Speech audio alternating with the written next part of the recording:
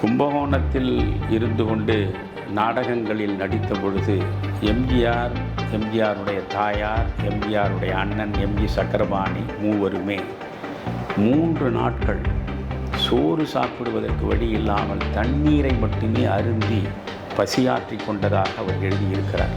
1955 எம்ஜிஆர் மூலமாக மிகப்பெரிய வெற்றியை அது சந்தித்து வசூலை வாரி குவித்தது. எதிர்ப்பை வெளிப்படுத்தினார். ஆனால் எந்த வகையிலும் இந்த கருத்தும் இந்த எதிர்ப்பும் மதுரை வீரன் படத்தின் வெற்றியை பாதிக்கவில்லை. என்எஸ்கே வழங்கக்கூடிய தீர்ப்பு தான் சுப்ரீம் கோர்ட் தீர்ப்பு மாதிரி. அப்பொழுது எம்ஜிஆருடைய ஆகச்சிறந்த படங்கள்னு பார்த்தீங்கன்னா கவிஞர் கண்ணதாசனுடைய வசனம் தான். துப்பாக்கி சூட்டுக்கு ஆளாவதற்கு முன்பே அவருடைய குரல் அவ்வளவு இனிமையாக இருக்கும். ஒரு வீணை வாசிப்பது போல இருக்கும் எம்ஜிஆருடைய குரல். தமிழருவி தர்பார் நேயர்களுக்கு வணக்கம். திரைப்படங்களை திரும்பி பார்க்கிறேன் பகுதிக்கு உங்களை அன்போடு வரவேற்கிறேன். வணக்கம் ஐயா. வணக்கம் வாசுகி.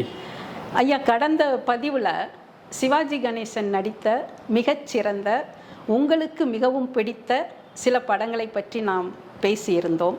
இன்றைக்கு மக்கள் திலகம், புரட்சி தலைவர், வாத்தியார், பொன்மனச் செம்மல் என்று மக்களால் அன்போடு அழைக்கப்படும் இந்த நூற்றாண்டின் துருவ நட்சத்திரம் எம்ஜிஆர் அவர்கள் நடித்த படத்தை பற்றி பேசலாம் ஐயா.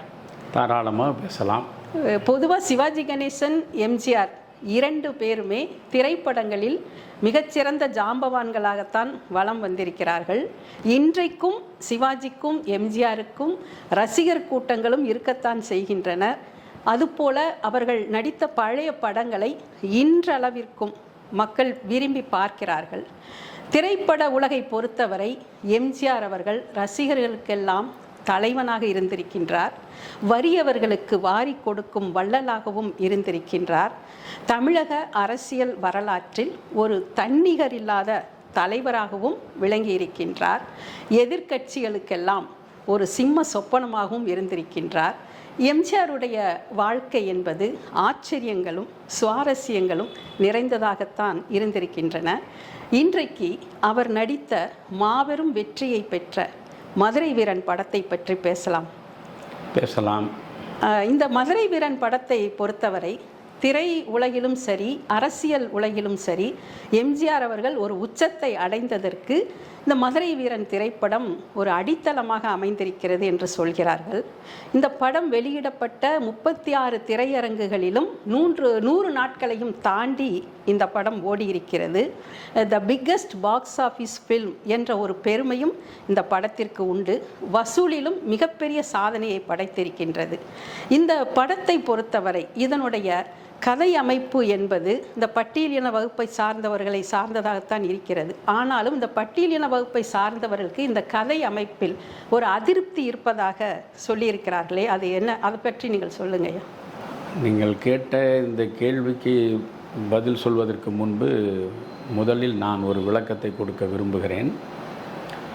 என்னுடைய பள்ளி பருவத்திலும் கல்லூரி பருவத்திலும் நான் நடிகர் திலகம் சிவாஜி கணேசனுடைய மிகப்பெரிய ரசிகனாக இருந்திருக்கிறேன். சிவாஜி கணேசனுடைய படங்களை விரும்பி பார்த்து அவருடைய நடிப்பாற்றலை வியந்திருக்கிறேன். ஆனால் அதே நேரத்தில் நல்ல படங்கள் எதுவாக இருந்தாலும் பேதமின்றி அவற்றையும் சென்று பார்த்து ரசித்திருக்கிறேன். ஒரு சிவாஜி ரசிகனாக இருப்பவர் பெரும்பாலும் எம்ஜிஆர் படங்களை பார்க்க மாட்டார். எம்ஜிஆர் ரசிகராக இருப்பவர் சிவாஜி படங்களை பார்க்க மாட்டார்.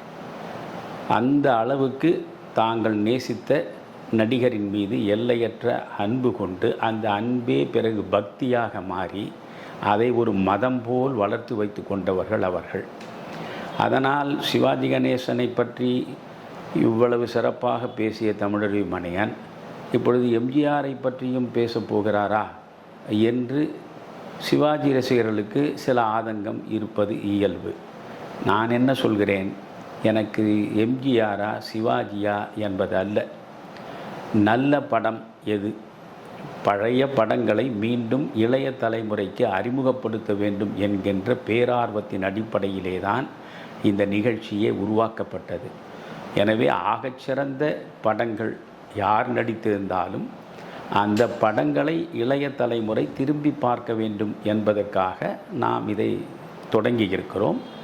எனக்கு மிகவும் பிடித்த நடிகராக என் இளமை காலத்தில் இருந்த சிவாஜி கணேசன் எந்த அளவுக்கு நடிப்பாற்றலின் மூலம் என்னை பாதித்தாரோ அந்த ஆகச்சிறந்த படங்களை பற்றியெல்லாம் நான் ஓரளவு பேசி முடித்திருக்கிறேன். அந்த பட்டியல் இன்னும் நிறைவடையவில்லை. ஆனால் ஒரே நடிகரை பற்றியே தொடர்ந்து பேசி கொண்டிருப்பது என்பது மற்றவர்களுக்கு கொஞ்சம் வருத்தத்தை வழங்கி இருக்கிறது. அவர்களே என்னிடம் தொலைபேசியில் தொடர்பு கொண்டு பேசியிருக்கிறார்கள். ஐயா, நீங்கள் சிவாஜி கணேசன் படங்களை பற்றி சிறப்பாக பேசுகிறீர்கள், மகிழ்ச்சி. எம்ஜிஆர் படங்களை பற்றி ஏன் பேச மறுக்கிறீர்கள் என்று அவர்கள் கேட்கிற பொழுது எனக்கு ஏதோ எம்ஜிஆர் மீது கோபமோ வன்மமோ பகையோ வெறுப்போ இருப்பது போல் அவர்கள் பாவித்து கொள்கிறார்கள். என்னை பொறுத்தவரையில் மிகச்சிறந்த படங்கள் யாருடையதாக இருந்தாலும் அந்த படங்கள் மக்கள் முன்னால் மீண்டும் பார்க்கப்பட வேண்டும். அதுதான் நோக்கம். எனவே எம்ஜிஆர் படங்கள் என்கிற பொழுது எனக்கு சில படங்கள் மிக அதிகமாக பிடிக்கும். நான் திரும்ப திரும்ப விரும்பி பார்க்கக்கூடிய சில படங்களும் எம்ஜிஆருடைய படங்களில் உண்டு. எனக்கு எப்பொழுதெல்லாம் கொஞ்சம் சோர்வாக இருக்கிறதோ, மனதுக்கு ஒரு உற்சாகத்தை தேடிக்கொள்ள வேண்டும் என்று நான் நினைக்கிறேனோ அப்பொழுது நான் மறக்காமல் 1000ல் ஒருவன் படத்தை பார்ப்பேன். இல்லை என்றால் அன்பே வா படத்தை பார்ப்பேன். 1000ல் ஒருவன் படத்தில் இருக்கக்கூடிய எம்ஜிஆர் ஒரு மாதிரி, அன்பே வா படத்தில் இருக்கக்கூடிய எம்ஜிஆர் வேறொரு மாதிரி.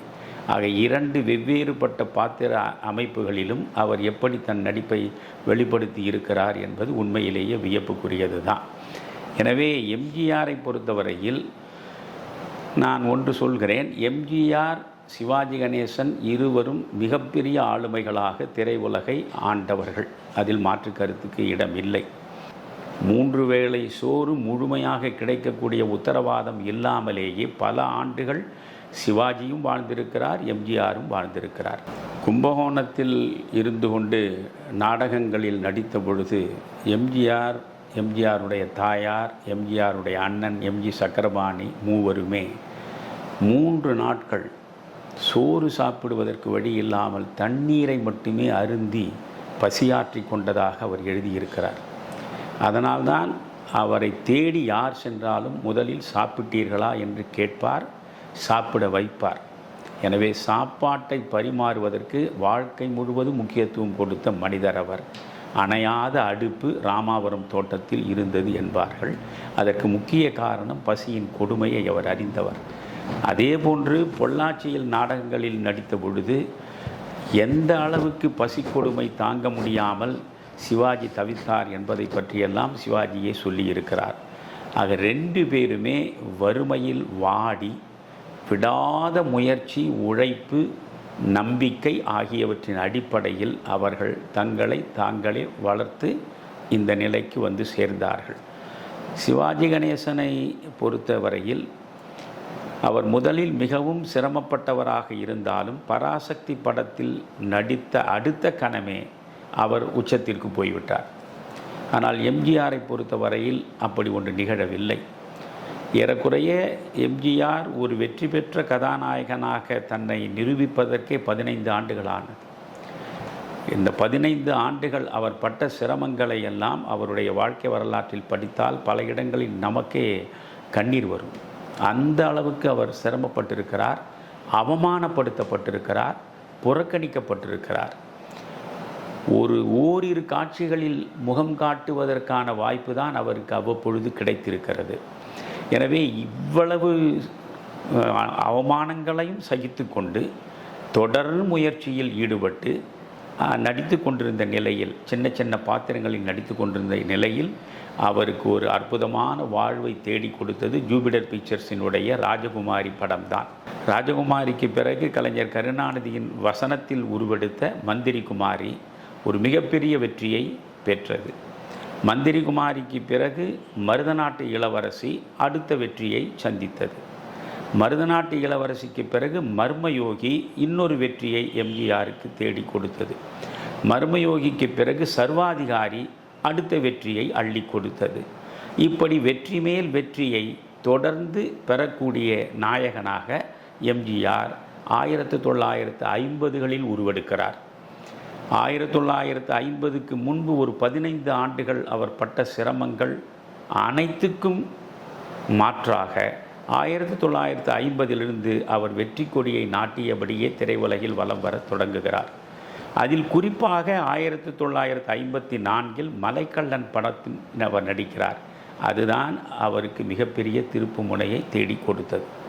ஆக 1954 ஒரு மலைக்கள்ளன், 1955 ஒரு குலேபகாவலி, 1956 தான் அவருக்கு பொற்காலத்தை உருவாக்கிய ஆண்டு. ஏனென்றால் 3 வெற்றி படங்களை அடுத்தடுத்து அவரால் அந்த ஆண்டு கொடுக்க முடிந்தது. அதில் முதல் படம் தான் நீங்கள் குறிப்பிட்ட மதுரை வீரன். இப்பொழுது நீங்கள் மதுரை வீரன் படத்தை பொறுத்தவரையில் அதில் ஒரு பிரச்சனை பட்டியல் வகுப்பை சார்ந்தவர்களுக்கு இருந்தது என்று குறிப்பிட்டீர்கள். அது உண்மைதான். அதாவது கதை என்பது அது இந்த ஃபோக்லோர் என்று ஆங்கிலத்திலே சொல்வார்கள். கிராமிய மனம் கமழும் கதைப்பாடல்கள். அந்த மாதிரியான கதைப்பாடல்களில் ஒன்றாக திகழ்ந்தது தான் மதுரை வீரன். அது நாட்டார் வழக்காற்று பாடல்கள், அதாவது சாதாரண பாமர மக்கள் நடுவில் பாட்டாக, கதையாக, நாடகமாக, கூத்தாக திரும்ப திரும்ப சென்று சேர்ந்த ஒன்று தான் மதுரை வீரன். எனவே மதுரையை சுற்றி இருக்கக்கூடிய எல்லா பகுதிகளிலும் ஒரு சாதாரண அருந்ததியர் குலத்திலே பிறந்து அங்கிருந்து வளர்ந்து மிகப்பெரிய தெய்வ நிலையை எட்டிய மனிதன்தான் மதுரை வீரன். இதுதான் அங்கே தொடர்ந்து வழங்கப்பட்ட கதை வடிவம். ஆனால் இதை திரைக்கதையாக அமைத்தவர் கண்ணதாசன். திரைக்கதை வசனம் கண்ணதாசன். அந்த கதையில் ஒரு மாற்றத்தை அவர்கள் உருவாக்கினார்கள். அதாவது அருந்ததியர் குலத்தில் பிறந்து அருந்ததியர் குலத்திலேயே வளர்ந்து உயர்ந்த நிலைக்கு சென்றார் என்பது இல்லை. ஒரு அரசனுக்கு பிள்ளையாக பிறந்து அந்த குழந்தை பிறந்த நேரம் ஜாதகப்படி சரியில்லை. இந்த குழந்தை இந்த ஆட்சியில் அரசனுக்கு பக்கத்தில் இருந்தால் அரசுக்கும் மக்களுக்கும் 1000 துன்பங்கள் விளையக்கூடும். அதனால் இந்த பிள்ளையை எங்காவது நீங்கள் தூக்கி எறிந்து விடுங்கள் என்று ஜோதிடர் சொல்ல, அதன்படி அந்த பிள்ளையை கொண்டு போய் ஒரு கானகத்தில் விட்டு விடுகிறார்கள். கானகத்தில் ஒரு அருந்ததியர் தம்பதி, அதுதான் NS கிருஷ்ணன், மதுரம், அவர்கள் பார்க்கிறார்கள். பார்த்து அவர்கள் வளர்க்கிறார்கள். அங்கிருந்து மதுரை வீரன் தெய்வநிலை வரை வருகிறார் என்பது போல் ஒரு கதையை மாற்றி திருத்தி அமைத்தார்கள். அதனால் இந்த பட்டியல் வகுப்பை சார்ந்த ஆய்வாளர்கள் இதை ஒரு குறையாக அவர்கள் குறிப்பிட்டிருக்கிறார்கள். எதற்காக? நீங்கள் ஒரு மன்னர் குலத்தில் பிறந்து அதற்கு பிறகு அருந்ததியர் குலத்தில் வளர்ந்ததனால்தான் அவன் வீரனாக வளர்ந்தானா? மாபெரும் வீரனாக மாறினானா? ஏன் அருந்ததியர் குலத்திலேயே பிறந்து வளர்ந்து வாழ்ந்து ஒரு ஆற்றல் மிக்க வீரனாக உருவெடுக்க முடியாதா? இது வேண்டுமென்றே இந்த பட்டியல் வகுப்பை சார்ந்தவர்களுக்கு உரிய அங்கீகாரம் கிடைக்கக்கூடாது என்பதற்காக இந்த கதை இப்படி மாற்றி அமைக்கப்பட்டிருக்கிறது என்று சில ஆய்வாளர்கள் தங்களுடைய கருத்தை, எதிர்ப்பை வெளிப்படுத்தினார்கள். ஆனால் எந்த வகையிலும் இந்த கருத்தும் இந்த எதிர்ப்பும் மதுரை வீரன் படத்தின் வெற்றியை பாதிக்கவில்லை. நீங்கள் குறிப்பிட்டது போல தமிழ்நாடு முழுவதும் 36 திரை கொட்டகைகளில் 100 நாட்கள் அல்ல, பல திரைப்பட கொட்டகைகளில் வெள்ளி விழா கொண்டாடியது. இப்போ சிவாஜியும் சரி எம்ஜிஆரும் சரி நடிப்பை பொறுத்தவரை 2 பேருமே 2 இமயங்கள் என்று சொல்லலாம். அவர்கள் ஏற்று நடிக்கும் திரைப்படத்தில் சிவாஜியினுடைய பங்களிப்பு இல்லைன்னா எம்ஜிஆர் அவர்களின் பங்களிப்பு எப்படி இருந்ததுன்னு நீங்கள் பார்க்குறீங்க? முற்றிலும் வேறுபட்டது. அதாவது சிவாஜி எப்பொழுதுமே ஒரு கதை என்று சொன்னால் அந்த கதையில் தன்னுடைய பாத்திர வார்ப்பு எப்படி இருக்கிறது என்பதை முதலில் பார்ப்பார். அந்த பாத்திரமாகவே மாறி பார்வையாளர்களை வியக்க வைக்க வேண்டும் என்பதற்காக அவர் எல்லா வகையிலும் முயன்று பார்ப்பார். ஆக அவருடைய முதலும் முடிவுமான நோக்கம் மிகச்சிறந்த நடிகராக தன்னை மக்களிடையே நிலைநிறுத்தி கொள்வது. ஒவ்வொரு படத்திலும் வேறுபட்ட கோணங்களில் தன்னுடைய நடிப்பின் ஆற்றலை வெளிப்படுத்துவது. அவருடைய நடிப்பின் பரிணாமம் ஒவ்வொரு படத்திலும் மாறி மாறி மக்களை வியக்க வைக்க வேண்டும் என்கிற எண்ணம் அவருக்கு இருந்தது. மற்றபடி சிவாஜி கணேசனுடைய படம் தயாரிக்கப்பட்டால் அதில் அந்த நடிப்பை தவிர மற்ற துறைகளில் அவர் கவனம் செலுத்தியதாக சொல்ல முடியாது.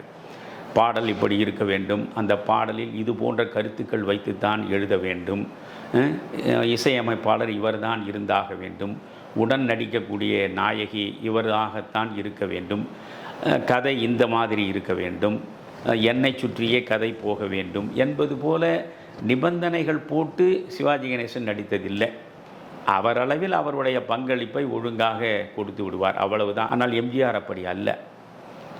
எம்ஜிஆர் ஒரு படம் என்று போய்விட்டால், அதாவது நீங்கள் அவர் 1000 சிரமங்களை பட்டு பிறகு ராஜகுமாரி, அதுக்கு பிறகு மந்திரி குமாரி, அதுக்கு பிறகு மருதநாட்டிய இளவரசி, ஆக தொடக்க நிலையில் அவர் வரிசையாக நடித்து கொண்டிருந்த பொழுது எந்த விதமான நிபந்தனையையும் அவர் பட தயாரிப்பாளர்களிடமோ இயக்குநர்களிடமோ விதித்தது கிடையாது. ஆனால் அவர் மிகப்பெரிய அளவுக்கு வெற்றி பெற்றுவிட்ட நிலையில் மலைக்கல்லனிலிருந்து மகத்தான வெற்றிகளை அவர் சந்திக்க தொடங்கியதும் தன்னுடைய பிம்பத்தை கட்டமைக்கின்ற எல்லா முயற்சிகளிலும் அவர் ஈடுபட்டார். தனக்கான பாடல் எப்படி அமைய வேண்டும், அந்த பாடலில் கருத்து எப்படி இருக்க வேண்டும், காட்சி அமைப்புகள் எப்படி இருக்க வேண்டும், யார் சேர்ந்து நடிக்க வேண்டும், யார் நகைச்சுவை நடிகராக வர வேண்டும், எந்த பாடலாசிரியர் பாட்டு எழுத வேண்டும் என்பது வரை ஒவ்வொரு துறையிலும் அவருடைய தலையீடு இருந்தது. அதற்கு காரணம் அது குறையல்ல, எல்லா துறைகளிலும் அவருக்கு நிறைந்த அனுபவமும் அந்த துறை சார்ந்த அறிவும் இருந்தது. எனவே தன்னுடைய அனுபவத்தையும் துறை சார்ந்த அறிவையும் பயன்படுத்தி மிகச்சரியான மனிதர்களை அந்தந்த துறைக்கு ஏற்றாற்போல் தேர்ந்தெடுத்து அவர்கள் மூலமாக தன்னுடைய பிம்பத்தை அவர் மிக அற்புதமாக கட்டமைத்து கொண்டார். அதனுடைய விளைவுதான் அவர் மக்கள் தலைவராக மாறி முதல்வர் நாற்காலியிலேயே வந்து அமர்ந்தார். ஆனால் அதுபோன்று எந்த விதமான ஈடுபாட்டையும் சிவாஜி கணேசன் காட்டியதில்லை. அவரளவில் அவருடைய பாத்திர படைப்பு மிகச்சரியாக வருகிறதா என்பதில் தான் அவர் முழு கவனத்தை செலுத்தி இருக்கிறார். எம்ஜிஆரை பொறுத்தவரையில் ஒவ்வொரு துறையிலும் அவர் தனிப்பட்ட முறையில் கவனம் செலுத்தி அந்த படம் எல்லா வகையிலும் தனக்கு நம்பிக்கைக்குரியதாக அமைகிறதா என்று தான் பார்ப்பார். சான்றாக உங்களுக்கு ஒன்று சொல்கிறேன். இப்பொழுது மதுரை வீரன் படத்தை எடுக்கிறார்கள். படம் மிகச்சிறப்பாக அமைந்திருக்கிறது. படம் எடுத்து முடியக்கூடிய நிலையில் எம்ஜிஆருக்கு போட்டு காட்டுகிறார். அப்படி எம்ஜிஆருக்கு போட்டு காட்டுகிற பொழுது அதில் பத்மினியினுடைய ஒரு நடனம் இருக்கிறது. பத்மினி அந்த படத்தை எடுத்த கிருஷ்ணா பிக்சர்ஸ் லேனா செட்டியாரிடம் தனிப்பட்ட முறையில் ஒரு வேண்டுகோள் வைக்கிறார். ஏனென்றால் அதில் பானுமதியும் நடித்திருக்கிறார். எனவே பானுமதியும் நடித்திருக்கிற பொழுது தன்னுடைய பங்களிப்பு சோடை போய்விடக்கூடாது என்று கருதுகிற பத்மினி அவருக்கு மிகப்பெரிய பலமாக இருப்பது அவருடைய பரதநாட்டியம்தான். அதனால் அவர் இந்த லேனா செட்டியாரை பார்த்து எனக்கு எப்படியாவது ஒரு நடனம் இருப்பது போன்ற ஒரு காட்சியை நீங்கள் அமைக்க வேண்டும் என்று வேண்டிக் கொள்கிறார்.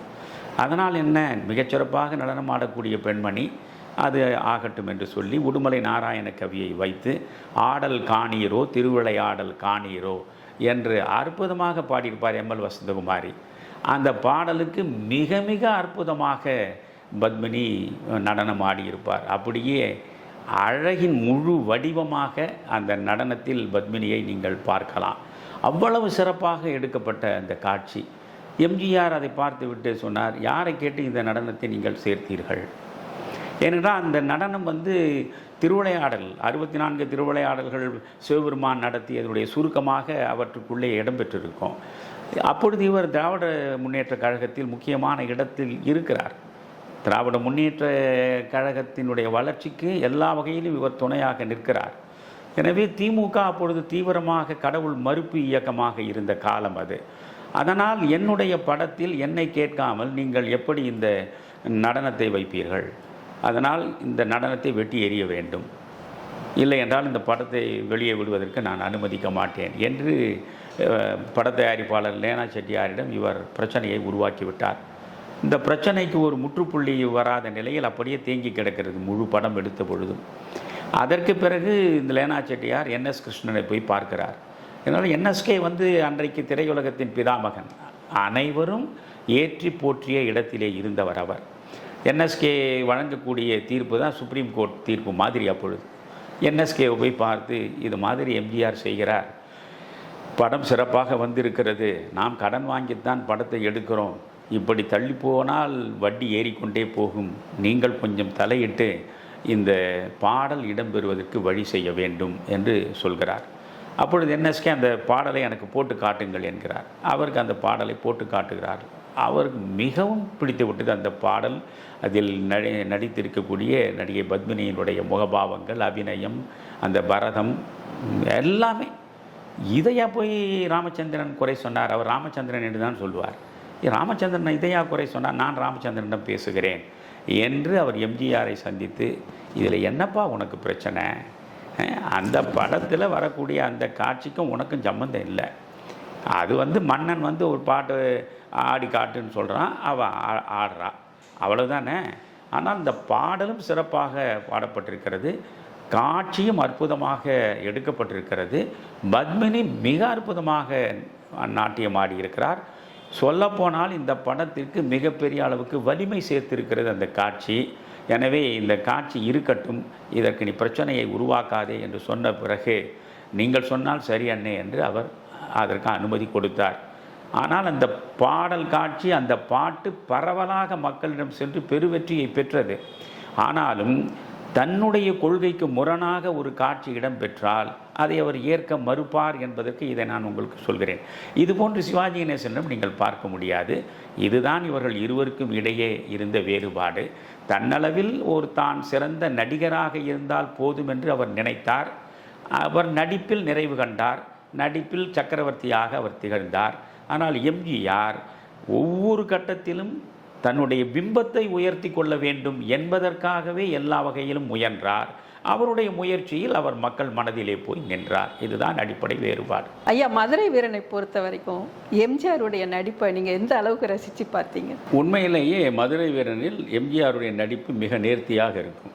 பொதுவாகவே எம்ஜிஆர் தொடக்க காலத்திலிருந்து அரசனாகத்தான் அவர் வந்திருக்கிறார். இந்த ராஜாராணி கதைகளில் எப்பொழுதுமே அவர் அரசனாக வருவார். அந்த அவருடைய உடல்வாகு, அவருடைய முகத்தோற்றம், கம்பீரமான உடல் அமைப்பு எல்லாமே அவரை ஒரு அற்புதமான ஒரு அரசனாக காட்டும்.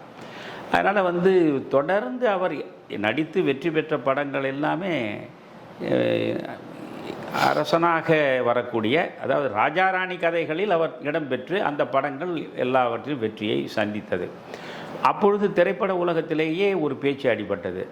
எம்ஜிஆர் வெறுமனே ராஜாராணி படங்களுக்கு மட்டும்தான் லாய்க்கு, சமூக படங்கள் என்று வந்துவிட்டால் எம்ஜிஆரால் அதை சிறப்பாக செய்து தர முடியாது என்பது போல ஒரு பேச்சு பரவலாக இருந்தது.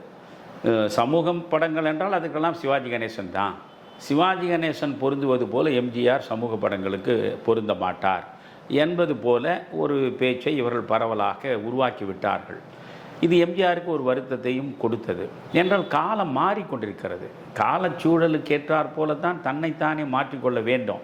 இப்பொழுது ராஜாராணி படங்களுடைய காலம் முடிந்துவிட்டது, சமூக படங்களின் காலம் தொடங்கிவிட்டது. அதனால் சிவாஜி கணேசன் மிக உயரத்திற்கு போய்விட்டார். அவருடைய படங்களெல்லாம் வெற்றிகரமாக வலம் வர தொடங்கிவிட்டன. இவர் தன்னை சமூக படங்களுக்கு ஏற்றாற்போல் மாற்றிக்கொள்ள வேண்டும். இப்பொழுதுதான் இவர் பேண்ட்டு ஷர்ட்டு போட வேண்டிய நிலைக்கு வந்திருக்கிறார். அதுவரையில் அவர் பேண்ட் ஷர்ட்டு போட்டு படங்கள் வந்தது கிடையாது. அப்படி அவர் ஒரு பேண்ட் ஷர்ட்டை போட்டு தாய்மகளுக்கு கட்டிய தாலி படத்தில் நடிக்கிறார்.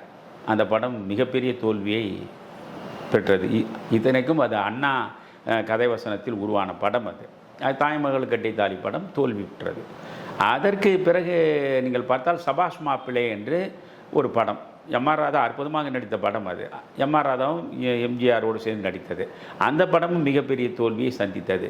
ஆக இந்த பேண்ட்டை ஷர்ட்டை போட்டுக்கின இவர் சாதாரண சமூக மனிதனாக வருகிற 2 படங்களுமே பரிதாபகரமான தோல்வியை சந்தித்ததனால் இவர் நிச்சயமாக எடுபட மாட்டார், இவருடைய காலம் முடிந்து விட்டது என்பது போலத்தான் திரையுலகத்தில் நினைத்தார்கள்.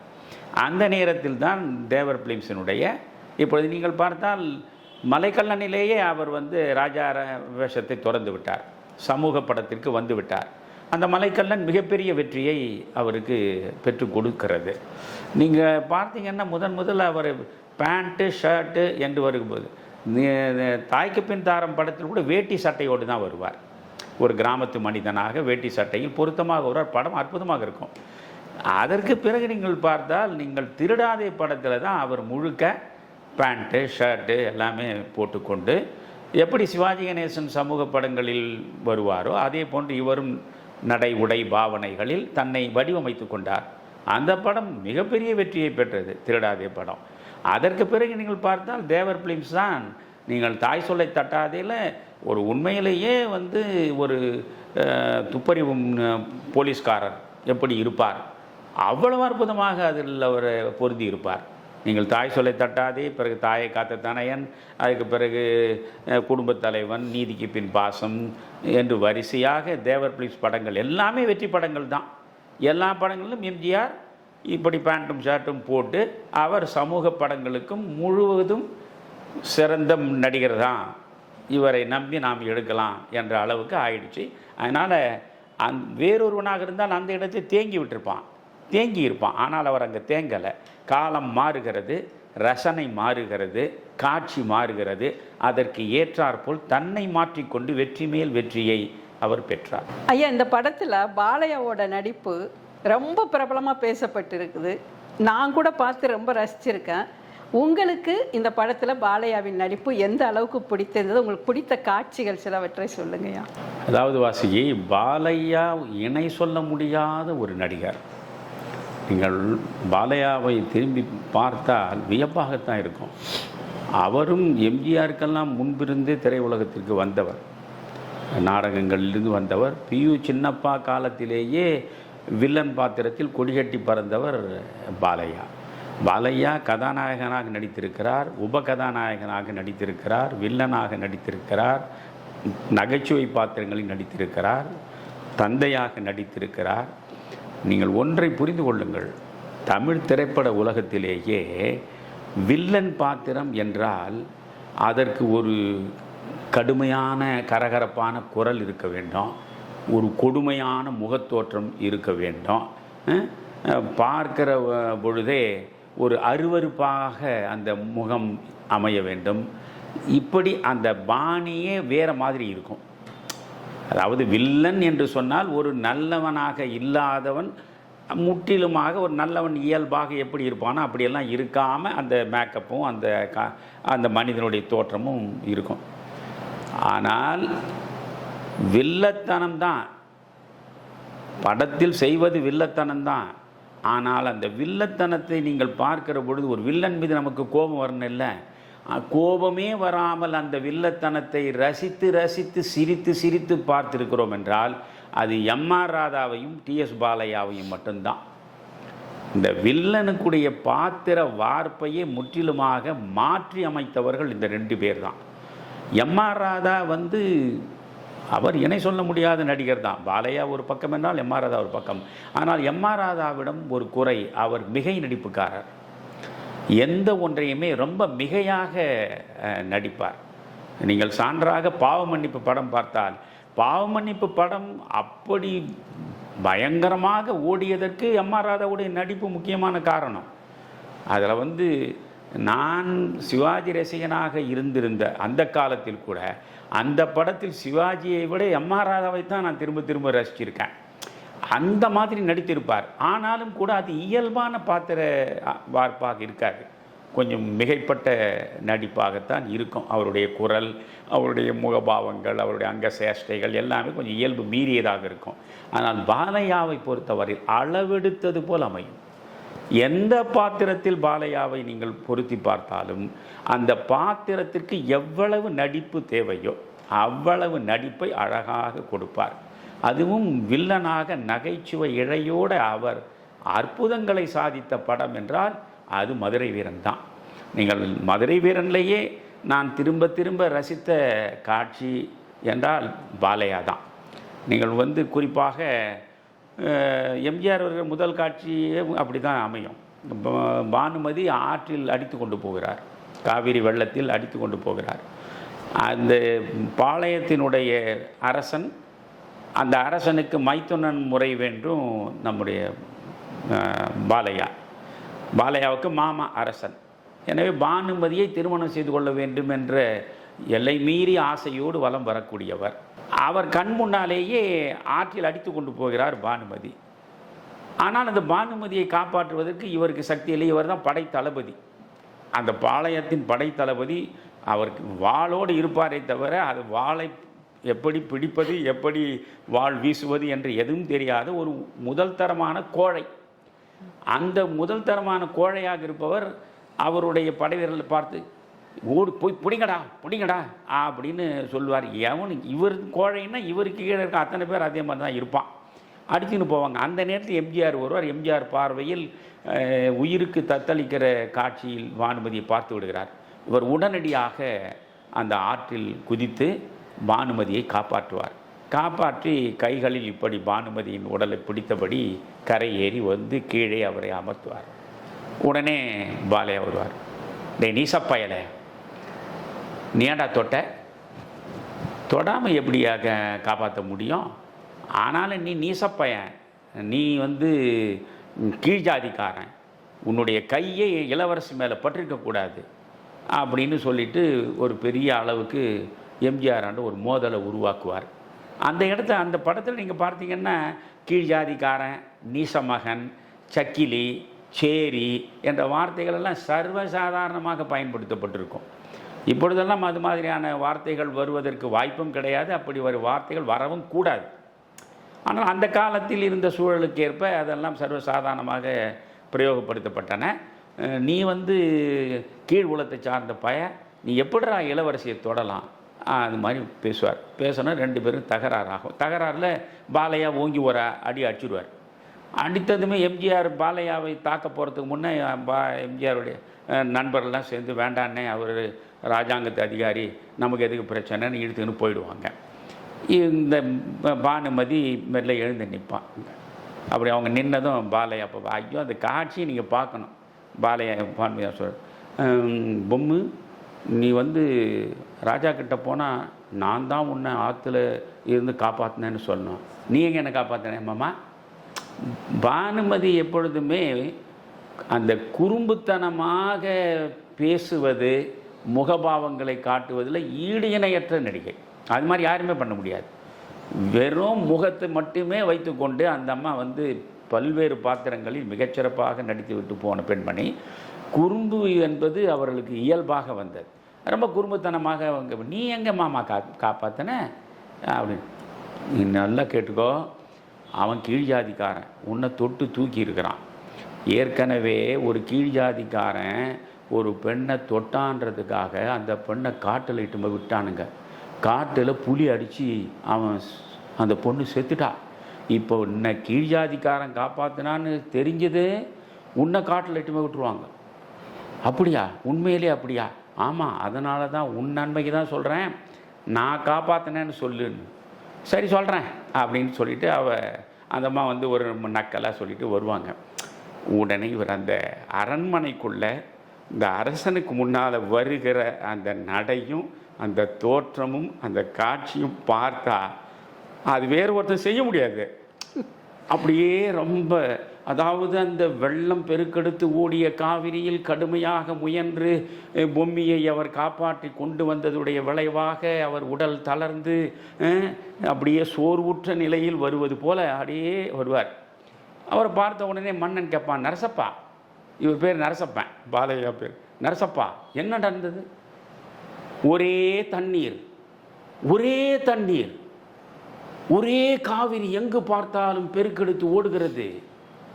அந்த காவிரியில் சுழி, அந்த சுழியில் பொம்மி சிக்கி கொண்டாள். பொம்மி சிக்கி கொண்டதை நான் பார்த்தேன்.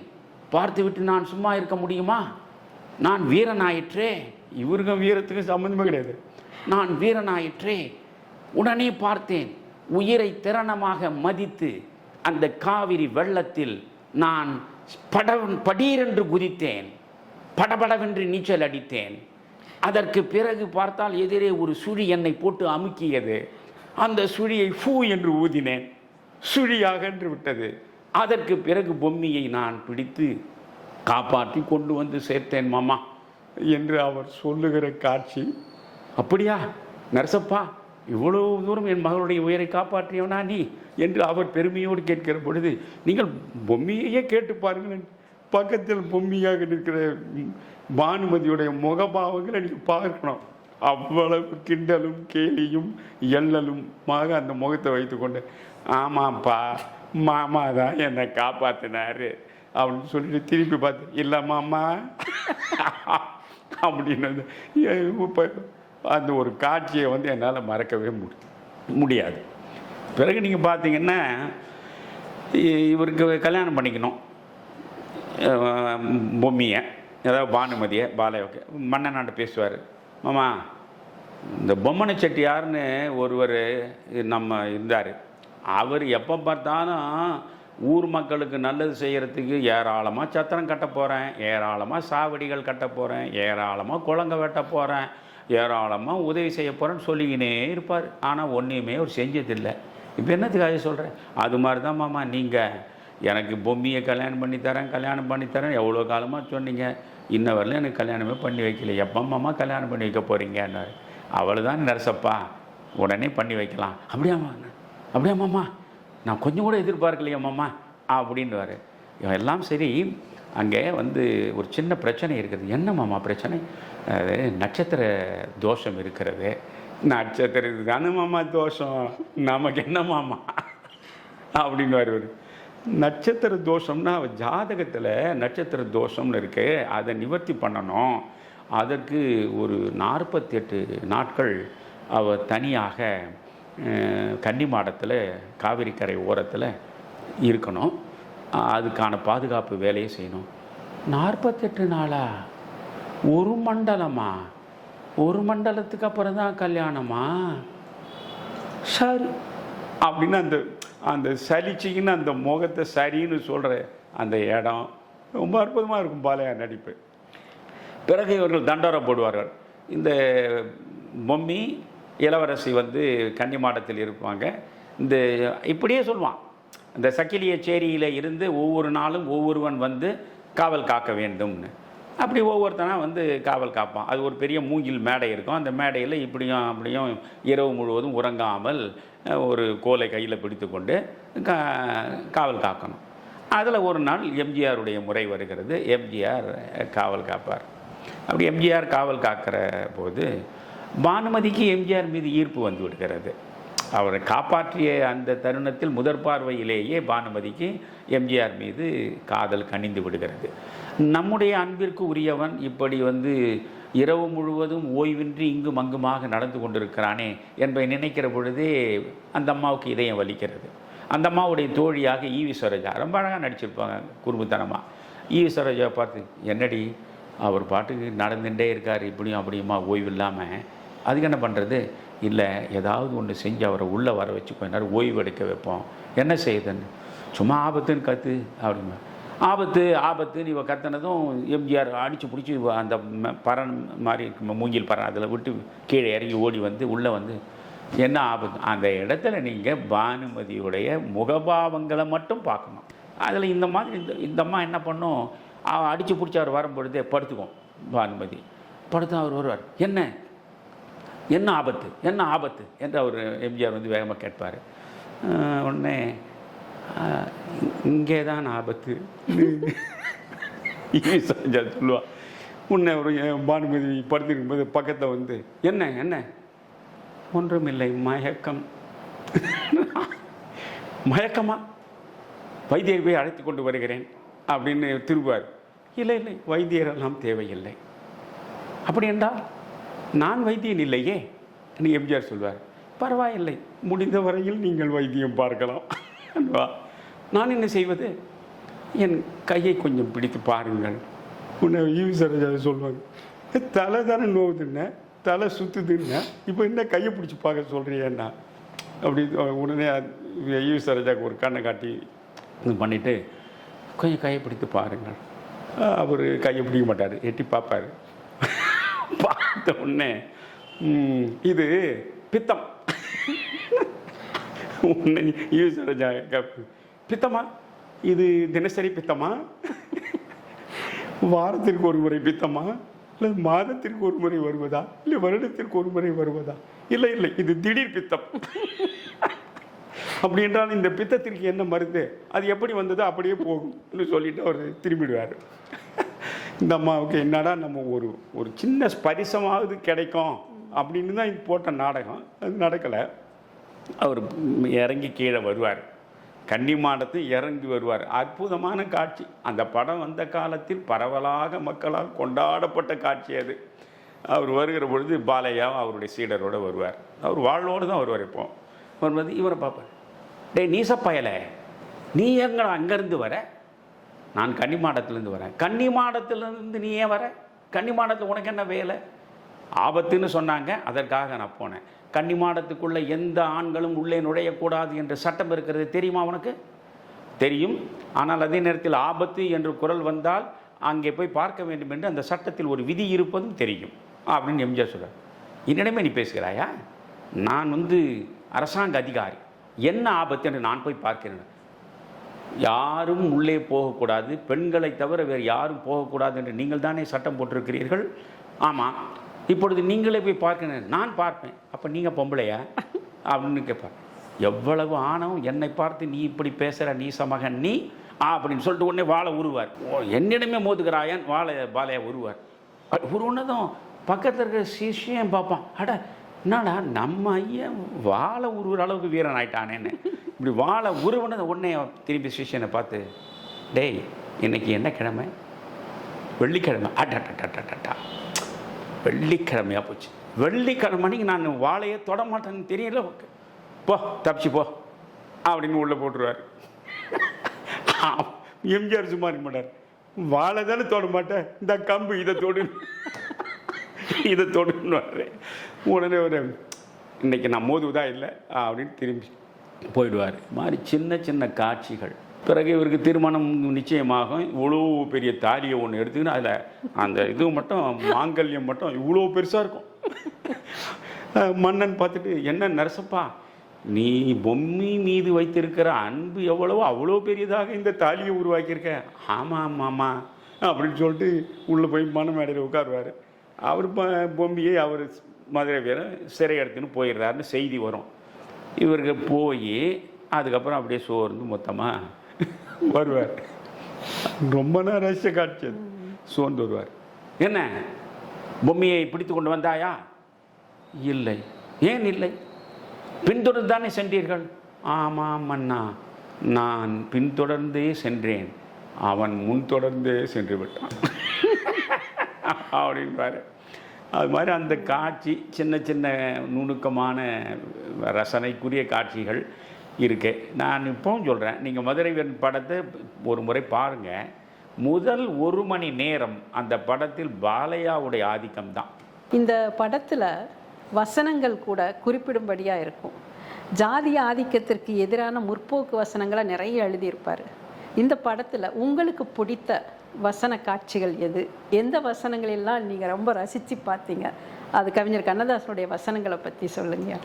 தொடக்க காலத்தில் எம்ஜிஆருடைய வெற்றி படங்களுக்கெல்லாம் வசனம் எழுதியவர் கலைஞர் கருணாநிதி தான். ஆக எம்ஜிஆர் கலைஞர் கருணாநிதி என்கிற அந்த காம்பினேஷன் அது பெரிய அளவுக்கு வெற்றியை தேடி தந்தது. மலைக்கல்லன் வரைக்கும் கூட நீங்கள் பார்த்தீங்கன்னா அவங்க மந்திரி குமாரியிலேருந்து அவர் படங்களுக்கெல்லாம் கலைஞர் தான் வசனம் எழுதியிருக்காரு. ஆனால் எம்ஜிஆருடைய ஆகச்சிறந்த படங்கள்னு பார்த்தீங்கன்னா கவிஞர் கண்ணதாசனுடைய வசனம் தான் இருக்கும். மதுரை வீரனில் கண்ணதாசன், நாடோடி மன்னனுக்கும் கண்ணதாசன், மன்னாதி மன்னனுக்கும் கண்ணதாசன், மகாதேவிக்கு கண்ணதாசன். அதுக்கு பிறகு தோல்வி படமாக இருந்தால் ராஜா தேசிங்குக்கும் கண்ணதாசன் தான், ராணி சம்யுக்தாவுக்கும் கண்ணதாசன் தான். இப்படி எம்ஜிஆர் கண்ணதாசனுக்கு மிகப்பெரிய முக்கியத்துவம் கொடுத்து தன்னுடைய படங்களுக்கெல்லாம் அவரை வசனம் எழுத வைத்தார். காரணம், அந்த வசனங்களில் தன்னையே இழந்தவர் எம்ஜிஆர். எம்ஜிஆர் ஒரு ஆகச்சிறந்த தமிழை ரசிக்கக்கூடிய ஒரு மனிதன், மிகச்சிறந்த தமிழை ரசிக்கக்கூடியவர், நல்ல தமிழ் அறிஞர்களை போற்றக்கூடியவர். நல்ல பாடல்களை எழுதினால் அவர்களை விடமாட்டார், நல்ல வசனங்களை எழுதினாலும் விடமாட்டார். எனவே இவருக்கு எல்லா வகையிலும் கண்ணதாசனுடைய எழுத்து அவர் நெஞ்சுக்கு நெருக்கமாக இருந்தது. இந்த மதுரை வீரனில் கண்ணதாசனுடைய வசனம் கொடிகட்டி பறக்கும். என்ன வசனம்! நீங்கள் தமிழ் எப்படி இனிமையும் நீர்மையும் தமிழெனலாகும் என்று சொல்லுவார்கள். தமிழ் எவ்வளவு அழகான மொழி என்பதை நீங்கள் பார்க்க வேண்டும் என்றால் இந்த மதுரை வீரனில் கண்ணதாசனுடைய வசனத்தில் பார்க்க வேண்டும், காட்சி காட்சியாக பார்க்க வேண்டும். அதில் குறிப்பாக திருச்சி மன்னனுக்கு முன்னால் இவர்களையும் பானுமதியையும் எம்ஜிஆரையும் குற்றவாளிகளாக கொண்டு போய் பாலையா நரசப்பா கொண்டு போய் நிறுத்துவார். இவர்கள் மீது குற்றம் சுமத்துவார். இவன் வந்து கீழ்ஜாதிக்காரன், இந்த கீழ்ஜாதிக்காரன் காதலித்தது தவறு அப்படின்னு அவர் சொல்லுவார். உடனே திருச்சி மன்னன் உட்கார்ந்து, காதலிப்பது தவறா அப்படி? இல்லை இல்லை மன்னா, கீழ்ஜாதிக்காரன் இளவரசி காதலித்தது தவறு அப்படின்னு சொல்லி அந்த இடத்துல அந்த வசனம் முழுவதுமே நீங்கள் பார்த்தீங்கன்னா பாலையா சொல்வது, இந்த திருச்சி மன்னன் அதற்கு எதிர்வினை ஆற்றுவது, எம்ஜிஆர் பேசுவது, பானுமதி தன்னிலை விளக்கம் தருவது, இந்த 4 பாத்திரங்களுக்கு நடுவே கண்ணதாசனுடைய வசனம் அப்படி விளையாடும். அந்த இடம் முழுக்க ஜாதி எதிர்ப்பு.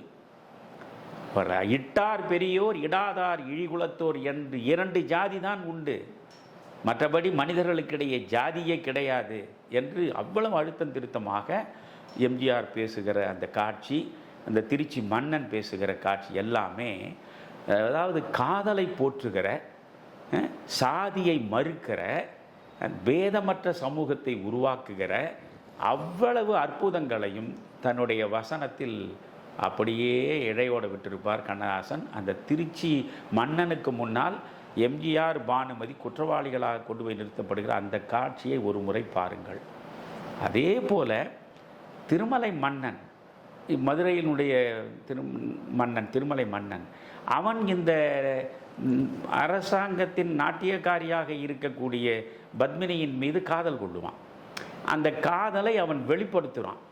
அந்த இடத்துல கண்ணதாசனுடைய நளினமான வசனத்தை நீங்கள் வியந்து வியந்து பார்க்கலாம். பத்மினியை வரவழைப்பான் மன்னன். பத்மினி வந்து வருவார். அழைத்தீர்களாமே, என்ன செய்தி அப்படின்னு பத்மினி கேட்பாங்க. சொன்னால்தான் தெரியுமா அப்படின்னு திருமலை மன்னன் சொல்லுவார். சின்னவள் நான், எனக்கு என்ன தெரியும், தெளிவாக சொல்லுங்கள் அப்படின்னு அந்த அம்மா சொல்லுவாங்க. அரியணை காலியாக இருக்கிறது, மறுமண ஏற்பாடா, என்னுடைய நாட்டியம் அதில் உண்டா அப்படின்னு இந்தம்மா கேட்பான். இல்லை இல்லை, மறுமணத்தில் எனக்கு விருப்பம் இல்லை. அதே நேரத்தில் பஞ்சனை, மலர் பஞ்சனை, அது தனியாக இருப்பது, அது வாட்டுகிறதே, அந்த வாட்டம் மிக கொடுமையானது, இதற்கு நான் என்ன செய்ய முடியும் அப்படின்னு இந்த அம்மா கேட்பாங்க. இல்லை, நான் வெளிப்படையாக நீங்கள் சொல்லுங்கள், நீங்கள் என்ன சொல்கிறீர்களோ அதை கேட்டுக்கொள்கிறேன், சொல்லுங்கள்னு இந்த அம்மா சொல்லுவாள். பாட்டு பாடினால் பரவசம் அடைவேன், பாடட்டுமா? ஆட்டம் ஆடினால் ஆனந்தம் கொள்வேன், ஆடட்டுமா? அது மட்டும் போதுமா, வேறென்ன வேண்டும்? இந்த வசனம் பாருங்க, சின்ன சின்ன சின்ன வார்த்தைகளாக, பாட்டு பாடினால் பரவசம் அடைவேன், பாடட்டுமா? ஆட்டம் ஆடினால் ஆனந்தம் கொள்வேன், ஆடட்டுமா? அது மட்டும் போதுமா, வேறென்ன வேண்டும்? கட்டளையிடுங்கள், கட்டளையிட்டு ஒன்றை பெற்றால் சுவைக்காது என்பார்கள். புரியவில்லையே மன்னா, முறை எதுவாக இருந்தாலும் கேள்வி ஒன்றுதானே. ஏன்னா அழகான வசனம் பாருங்க, கட்டளையிட்டு கேட்டால் சுவைக்காதுன்னு அவன் சொன்னதும், முறை எதுவாக இருந்தாலும் கேள்வி ஒன்றுதானே, கேளுங்கள், என்ன வேண்டும்? நீ வேண்டும். அந்த இடம் இருக்க, அதுக்கு பிறகு அந்த அம்மா பொங்கி எழுற இடம், அந்த மென்மையாக அந்த நீ அந்த பாட்டுன்னு அவன் மெல்ல தூண்டில் போடுறது, அப்புறம் ஆட்டம்னு ஒரு தூண்டில் போடுறது, அப்புறம் இது மட்டும் போதுமான்னு மெல்ல மெல்ல மெல்ல தூண்டில் போட்டு இழுப்பதற்கு அந்த முயற்சி, அந்த முயற்சியை ஒன்றுமறியாத பெண் போல இவர் தொடர்ந்து கேட்கக்கூடிய அந்த இடம், அவ்வளோ அழகான வசனம் இருக்கும். அது ஒரு பக்கம். இப்போ வந்து எம்ஜிஆருக்கு மாறுகால் மாறுகை வாங்க வேண்டும் என்று தீர்ப்பளித்து பிறகு பத்மினி இந்த திருமலை மன்னனிடம் பேசுகிற பேச்சு, நான் ஒன்று சொல்கிறேன், கடைசி 15 நிமிடம் கண்ணதாசனுடைய தமிழை நீங்கள் பார்க்க வேண்டும் என்றால், தமிழ் கண்ணதாசன் நினைத்தபடியெல்லாம் வளைந்து கொடுக்கும் என்பது எவ்வளவு தூரம் உண்மை என்பதை நீங்கள் அறிய வேண்டும் என்றால், அந்த மதுரை வீரன் படத்தில் கடைசி 15 நிமிடங்கள் மாறி மாறி எம்ஜிஆர் அரச மண்டபத்தில் குற்றவாளி கூண்டிலே நிறுத்தப்படுவார். திருமலை மன்னன் சார்பாக தளபதி குற்றப்பட்டியல் வாசிப்பான். அந்த குற்றப்பட்டியல் அப்படி சங்கிலியை பிடித்தபடி எம்ஜிஆர் பேசுகிற காட்சி. எம்ஜிஆர், அதாவது சிவாஜி அற்புதமாக தமிழ் பேசுவார், மிகச்சிறப்பான உச்சரிப்பு இருக்கும். ஆனால் எம்ஜிஆரும் அவருக்கு ஒரு வெண்கல குரல். சிவாஜிக்கு சிம்ம குரல் என்றால் இவருக்கு ஒரு வெண்கல குரல், அழகான குரல். துப்பாக்கி சூட்டுக்கு ஆளாவதற்கு முன்பே அவருடைய குரல் அவ்வளவு இனிமையாக இருக்கும். ஒரு வீணை வாசிப்பது போல இருக்கும் எம்ஜிஆருடைய குரல். அந்த குரலில் தெளிந்த உச்சரிப்போடு கண்ணதாசனுடைய அந்த வசனத்தை அந்த அரண்மனையில் அவர் 2 சங்கிலியை பிடித்து கொண்டு அந்த குற்றப்பட்டியலுக்கு அவர் பதில் கொடுக்கிற இடம் இருக்க மிக அற்புதமான வசனங்கள். மிகச்சிறப்பாக எம்ஜிஆர் அந்த இடத்தில் பேசியிருப்பார். அதில் அழகு என்னென்னா அந்த எடிட்டிங் தான். இங்கே திருமலை மன்னனுக்கு முன்னால் பத்மினி கொந்தளிக்கிற வசனங்கள், அங்கே எம்ஜிஆர் வெட்டுண்டு கிடக்கிற இடத்துல பானுமதி கொந்தளிக்கிற வசனங்கள் மாறி மாறி மாறி மாறி காட்டுவான். இந்த வசனம் இங்கே முடியும், அந்த வசனம் அங்கே தொடரும். 15 நிமிடங்கள் உண்மையிலே சொல்கிறேன், மின்னல் தெரிப்பது போல அந்த வசனங்கள் என்ன மாதிரி இருக்கும் தெரியுங்களா? அதில் கடைசியில் பத்மினி திருமலை மன்னன் மன்னிப்பு, நான் தவறு செய்து விட்டேன், என்னை மன்னிக்க வேண்டும்னு சொல்லும்போது பத்மினி பேசுவோம், வானகமே வையகமே வளர்ந்து வரும் தாயகமே ஆராய்ச்சி மணிகட்டி அரசாண்ட தமிழினமே, அந்த அப்படியே வரிசையாக பொங்கி ததும்பி பிரவாகமாக பெருக்கெடுக்கும் கண்ணதாசனுடைய வசனம்.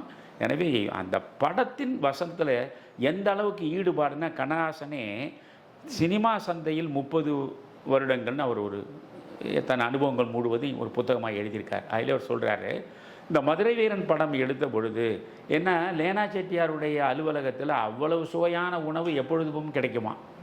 அவர் சொல்கிறார், நான் மதுரை வீரன் படத்துக்கு எழுதுவதற்கு முன்பு ரொம்ப ஒல்லியாக இருந்தேன், இந்த படத்துக்கு வசனம் எழுதி அது முடிக்கிறதுக்குள்ளே அந்த போட்ட சுவையான உணவை சாப்பிட்டு ரொம்ப குண்டாயிட்டேன்னு அவரே சொல்லுவார். எந்த நேரத்தில் நான் அந்த அலுவலகத்திற்குள் நுழைந்தாலும் மதுரை வீரனில் நான் எழுதிய ஏதாவது ஒரு காட்சியின் வசனம் ஒலித்து கொண்டே இருக்கும். ஆக திரும்ப திரும்ப திரும்ப அங்கே இருப்பவர்கள் அதை கேட்டு கேட்டு பரவசம் அடைந்திருக்கிறார்கள். அவ்வளவு அற்புதமான வசனம். என்னடா தமிழறிஞனுக்கு கண்ணதாசனை பிடிக்கும், அதனால் ரொம்ப கூடுதலாக சொல்கிறாரோன்னு சில பேர் சிந்திக்கலாம். தயவு செய்து நீங்கள் மதுரை வீரன் படத்தை முழுக்க பார்க்க உங்களுக்கு பொறுமை இல்லைனாலும் விட்டுடுங்க. கடைசி 15 நிமிடங்கள் பாருங்கள், கண்ணதாசனுடைய வசனம் எப்படின்னு பிறகு யோசிங்க. இந்த படத்தினுடைய பாடல்கள் எல்லாம் கூட சூப்பர் ஹிட் தான் ஐயா. இப்போது வாங்க மச்சான் வாங்க அந்த பாடலை எடுத்துக்கிட்டிங்கன்னா இன்றைக்கும் பட்டி தொட்டிகளில் எல்லாம் எல்லாரும் விரும்பி கேட்குற ஒரு பாடலாக தான் இருக்குது. சிறு வயசில் நான் பார்த்துருக்கேன், எங்களுடைய கிராமங்களில் திருவிழா நடக்கும் போதெல்லாம் வள்ளி திருமணம் அப்படின்ட்டு தெருக்கூத்து மாதிரி நாடகங்கள் மாதிரி போடுவாங்க. அப்போ இடையிடையே அந்த காட்சிக்கு நடிகர்கள் அடுத்த காட்சிக்கு வர்றதுக்கு முன்னாடி இந்த பாட்டை தான் ஒலிக்க விடுவாங்க. இந்த பாடல் மூலமாக, அந்த வாங்க மச்சான் வாங்க அந்த பாடல் மூலமாக எம்ஜிஆர் அவர்களை கிராமம் வரைக்கும் அந்த பாடல் எடுத்து சென்றிருக்குன்னு தான் நான் நினைக்கிறேன். இந்த படத்தில் எனக்கு பிடிச்ச பாடல் அப்படி கேட்டிங்கன்னா, நாடகம் எல்லாம் கண்டேன் உந்தன் ஆடும் விழியிலே, அந்த பாட்டு எனக்கு ரொம்ப பிடிக்கும். நீங்கள் எந்த பாடலை ரசித்து கேட்டிருக்கீங்க? இந்த பாடல் காட்சி அமைக்கப்பட்ட விதம் அதை பற்றி கொஞ்சம் சொல்லுங்களேன். நீங்கள் சொன்னபடி அந்த வாங்க மச்சான் வாங்க என்பது அது ஜனரஞ்சகமான வெகுமக்களுடைய ரசனைக்கு உரிய பாடலாக அமைந்தது. படத்தினுடைய வெற்றிக்கு ஓரளவு துணை புரிந்த பாடல்கள், அதில் இந்த ஒரு பாட்டும் உண்டு. அந்த பாட்டில் குறிப்பாக எம்ஜிஆர் அந்த வேடனாக அந்த வேடம், அந்த புலித்தோல் மாதிரி போர்த்திக்கின்னு கையில் ஒரு வில்லை வைத்து கொண்டு அந்த ஈவி சரோஜாவுக்கு இணையாக அவர் ஆடுவார். அந்த காலை அசைக்கிறது, அந்த ஸ்டெப்ஸு எல்லாம் நீங்கள் பார்த்தீங்கன்னா ரொம்ப அற்புதமாக இருக்கும். அவ்வளவு நளினமாக ஈவி சரோஜாவுக்கு இணையாக அந்த நடன அசைவுகளோடு ஆடுவார். அதில் டிஎம்எஸ் அந்த உச்சத்தில் பாடுகிற கத்தி போல் கண்ணழகி பாடுவார் பாருங்கள். அது கேட்டிங்கன்னா கத்தி போல் கண்ணழகி முன்கோப சொல்லழகி அப்படி வரிசையாக வரும். அது பாடி அந்த பாடல் எல்லா வகையிலையும் ஒரு வெற்றிகரமான மக்கள் ரசனைக்கு ஏற்றாற்போல் அமைந்தது தான். அதே நேரத்தில் உங்களோட நான் 100 விழுக்காடு உடன்படுறேன். எனக்கு அந்த படத்திலேயே ரொம்ப பிடித்த பாட்டு நாடகமெல்லாம் கண்டேன் உந்தன் ஆடும் விழியிலே என்ற பாட்டு தான். இப்போ பார்க்க பிரமிப்பாக இருக்கும். 1956 வந்த படம் அது. இன்றைக்கு வந்து நம்ம 2026 இருக்கிறோம். ஏறக்குறைய ஒரு 70 ஆண்டுகள் வித்தியாசம் இருக்குது. இந்த 70 ஆண்டுகளுக்கு முன்னே எப்பேற்பட்ட கேமரா கோணங்கள், ரஹ்மான் தான் அதனுடைய ஒளிப்பதிவாளர், தேர்ந்த ஒளிப்பதிவாளர். அவர் வந்து எப்பேற்பட்ட கோணங்கள் அமைச்சிருப்பார். அதில் நாடகமெல்லாம் கண்டேன் உந்தன் ஆடும் விழியிலேன்னு பாடும்போது பத்மினியினுடைய அந்த கண்ணுகளை அப்படியே அப்படியே அசைகிறதுல இருந்து அந்த முகபாவங்கள், எம்ஜிஆரும் பத்மினியும் அப்படி நடித்த அந்த காட்சி மனதை விட்டு அகலாத ஒரு மிக அற்புதமான ஒரு காட்சி, பாடல் எல்லாமே. அதில் உள்ள ஏறக்குறைய பாடல்கள் அனைத்துமே நல்ல பாடல்கள் தான். அதிலும் குறிப்பாக நீங்கள் வந்து அதில் நாடகமெல்லாம் கண்டேன் என்பது தான் கண்ணதாசன் எழுதின பாட்டு. வந்து எனக்கும் அவருக்கும் உறவு தேடி இன்னும் ஒரு பாட்டு, பானுமதி பாட்டு, அதுவும் கண்ணதாசன் எழுதின பாட்டு தான். ஒரு 2-3 பாட்டு கண்ணதாசன் எழுதியிருக்காரு. இதை வந்து வாங்க மச்சான் வாங்க என்பதை தஞ்சை ராமதாஸ் எழுதினார். அவர் ஜனரஞ்சகமாக எழுதுவதில் ரொம்ப புகழ்பெற்றவர். அப்பொழுது அதை அவர் எழுதியிருக்காரு. அதுக்கடுத்து அதை நான் ரொம்ப ரசித்தது, அதற்கு ஒரு நல்ல ரசிக்கிற மனோபாவம் வேணும். தேர்ந்த ரசிகராக நீங்கள் இருக்க வேண்டும். அப்பொழுது தான் நீங்கள் வந்து ஆடல் காணீரோ திருவிளையாடல் காணீரோ என்பது எம்எல் வசந்தகுமாரி அதை பாடியிருக்கிற விதம், அதில் வந்து பத்மினி நடித்திருக்கிற நடிப்பு, ரெண்டையும் சேர்த்து பார்த்தா அது ஒரு ஈடு இணையற்ற பாடல் காட்சி. எனவே மதுரை வீரனுடைய வெற்றிக்கு பாடல் காட்சிகளும் சிறப்பாக பங்களிப்பை தந்திருக்கின்றன என்பது உண்மைதான். ஆக மதுரை வீரன் படம் வந்து ஒரு சமூக நீதியை சொல்கின்ற படமாகவும், அதில் உள்ள பாடல்களும் சமூக நீதியை கிராமம் வரைக்கும் எடுத்து சென்றிருக்கிறது என்று சொல்லலாம். கிராமத்தில் உள்ள பல பேர், நானே பார்த்துருக்கேன், எங்கள் வயலில் வேலை செய்கிறவங்கெல்லாம் எம்ஜிஆருடைய உருவப்படத்தை பச்சையாக குத்தி வச்சுருப்பாங்க. அதுக்கு காரணம் கேட்கும்போது மதுரை வீரனுடைய அந்த தாக்கத்தினால தான் அந்த மக்கள் அந்த மாதிரி செஞ்சுருக்காங்கன்னு நான் கேள்விப்பட்டிருக்கேன். இன்னும் 100 ஆண்டுகள் கடந்தாலும் எம்ஜிஆரை அரசியல் உலகிலும் சரி, திரை உலகிலும் சரி, யாராலுமே மறக்க முடியாது. அந்த அளவிற்கு நடிப்பாலும் அவருடைய குணத்தினாலும் மக்களிடையே பெரும் செல்வாக்கை பெற்றிருக்கின்றார். யார் இந்த எம்ஜிஆர் என்ற கேள்விக்கு கிடைத்த பதில்தான் மதுரை வீரன் என்று சொல்லலாம். அந்த அளவுக்கு மதுரை வீரன் படம் இன்றளவிற்கும் எத்தனை தடவை பார்த்தாலும் சலிக்காமல் அதில் உள்ள வசனங்கள், பாடல்கள் எல்லாமே மனதை கவர்ந்திருக்கக்கூடிய வகையில் தான் இருக்கின்றது. மீண்டும் அடுத்த வாரம் எம்ஜிஆருடைய ரசிகர்கள் ஆவலுடன் எதிர்பார்க்கின்ற மலைக்கல்லன் படத்தை பற்றி பேசலாம் ஐயா. வாசுகி, எம்ஜிஆருடைய ஆகச்சிறந்த படங்கள் என்று ஒரு பட்டியல் தயாரித்தால் அதில் முதல் இடத்தை பெறக்கூடியது மலைக்கல்லன் தான். மலைக்கல்லனில் அவர் வெவ்வேறுபட்ட வடிவங்களில், கோணங்களில், பாத்திர வார்ப்புகளில் தன்னுடைய நடிப்பாற்றலை மிக அழகாக, மிக நேர்த்தியாக வெளிப்படுத்தியிருப்பார். படமே அற்புதமான படம். அந்த படத்தை பற்றி இன்னொரு முறை நாம் நிச்சயம் பேசுவோம். விறுவிறுப்பான அரசியல் நிகழ்வுகள் குறித்த ஆய்வுகள், நியாயங்களின் நிறம் மாறாத கூர்மையான விமர்சனங்கள், தீமைகளை சுட்டெரிக்கவும் நல்ல அரசியலை வளர்த்தெடுக்கவும் அறிவார்ந்த விவாதங்கள், இளைய தலைமுறையிடம் விழிப்புணர்வை ஊட்டும் விரிவான வரலாற்று விளக்கங்கள், கலை, இலக்கியம், ஆன்மீகம், பண்பாடுகளை படம் பிடித்து காட்டும் கருத்தோவியங்கள் வாரந்தோறும் உங்கள் தமிழருவி தர்பாரில் அணிவகுக்கும்.